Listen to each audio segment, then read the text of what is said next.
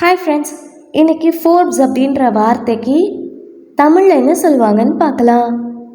Forbes Forbes இந்த வார்த்தைக்கு தமிழில் என்ன சொல்லுவாங்கன்னா ஃபோர்ப்ஸ், ஃபோர்ப்ஸ் இதழ், ஃபோர்ப்ஸ் மீடியா, பொருளாதார மற்றும் வணிக சம்பந்தமான இதழ் இல்லைனா மீடியாவை ஆங்கிலத்தில் ஃபோர்ப்ஸ் அப்படின்னு சொல்லுவாங்க.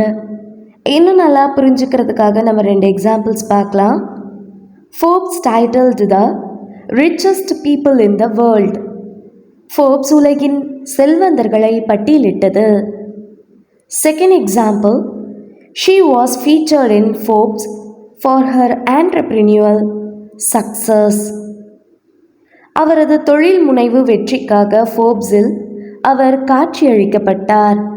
இன்னொரு வீடியோவில் நம்ம வேறு ஒரு ஆங்கில வார்த்தைக்கு தமிழில் என்ன சொல்லுவாங்கன்னு பார்க்கலாம். அது வரைக்கும் பாய்.